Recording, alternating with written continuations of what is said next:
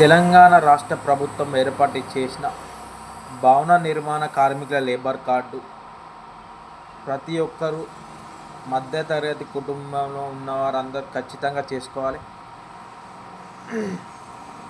Auto డ్రైవర్లు, మత్స్య కార్మికులు, చేను పని చేసేవాళ్ళు మరియు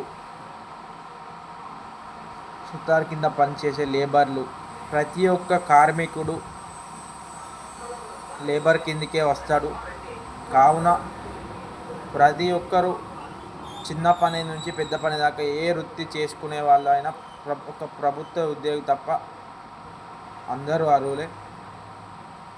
ఈ లేబర్ కార్డులు తెలియక ప్రజలు మోసపోతున్నారు. ప్రభుత్వం నుంచి వచ్చే పథకాలు తెలియక, అవగాహన లేక చేసుకోవడం లేదు. ఖచ్చితంగా ఈ తెలంగాణ భవన నిర్మాణ కార్మికులు లేబర్ కార్డు చేసుకోవాలి. ప్రతి ఒక్క గ్రామంలో ప్రతి ఒక్క కార్మికురాలు మరియు కార్మికులు ఖచ్చితంగా లేబర్ కార్డు చేసుకోవాలి. వీటికి కావాల్సిన పత్రములు కుటుంబ సభ్యుల ఆధార్ కార్డు మరియు రేషన్ కార్డు, బ్యాంక్ ఖాతా బుక్ మరియు పాస్పోర్ట్ సైజ్ ఫోటో.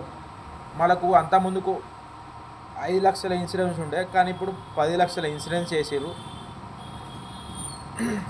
హాస్పిటల్లో జాయిన్ అప్పుడు వైద్య ఖర్చులకు కానీ, ఆడపిల్లలకు మ్యారేజ్ గిఫ్ట్ కింద మరియు 2 కాన్పులకు 30,000 60,000 రూపాయలు చొప్పున వస్తాయి.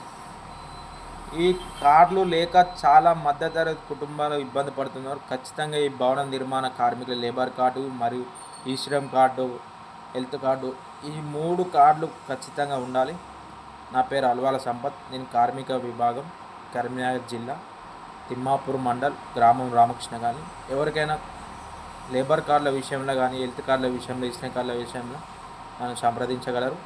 నాది మొబైల్ నెంబర్ 9398775622.